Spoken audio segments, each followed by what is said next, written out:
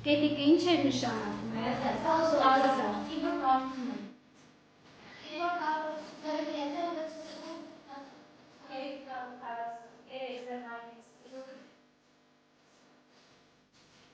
Ծնվել եմ Վանաձորում, ապրում եմ Վանաձորում։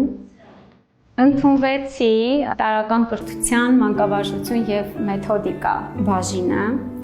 Շատ սիրեցի մասնագիտությունը արդեն այդ ուսանող տարիներին։ Ավարտելուց 7 տարի անց արդեն աշխատում էի Վանաձորի 24 դպրոցում և մինչ օրս աշխատում եմ, դասվար եմ։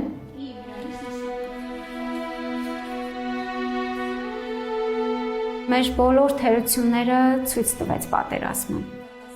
Ցույց տվեց այն անելիքները, որ պիտի անեինք մինչև այդ, և ես լույս էի ուզում, ու այդ լույսը կրթության ձևով էի ուզում։ Ես ուզում էի մեր երեխաները այլևս չտխրեն, չլացեն, այլևս ստրես չապրեն, և 20 թվականի դեկտեմբերին ես մրցույթի հրավեր տեսա կրթության նախարարության էջում տարվա լավագույնները մրցույթ։ Այնտեղ ուսուցիչները կարող էին ներկայացնել ծրագիր,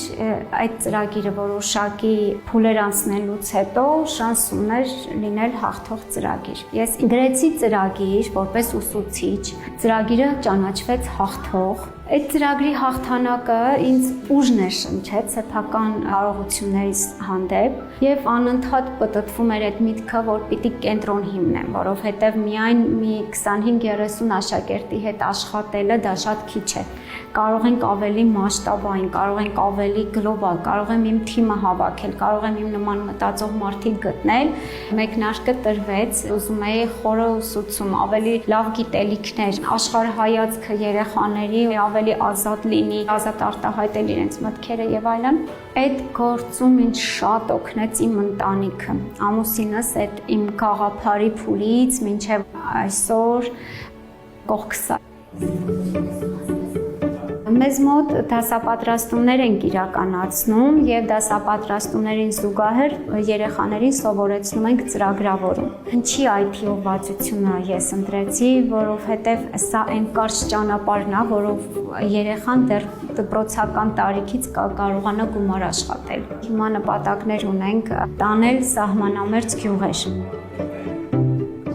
Առաջնորդվել ենք հետևյալ սկզբունքով՝ չկա վատ սովորող երեխա, չկա ոչ ընդունակ երեխա։ Բոլոր երեխաները ի սկզբանե ծնվում են հավասար ունակություններով։ Երեխայի սովորելու համար տարբեր նախապայմաններ կան։ Մենք պիտի լեզուն գտնենք երեխայի հետ շփվելու, երեխային ճանաչենք, պիտի օգնենք երեխային սիրի կրթությունը, սիրի գիտելիքը։ Այ երբ որ սիրեց, նրան էլ ոչինչ չի կանգնեցնի։ Ամեն ջանքներ ենք դնում, որ ուսումը լինի ոչ թե ինչ-որ պարտականություն, պարտավորվածություն, այլ լինի հաճույք։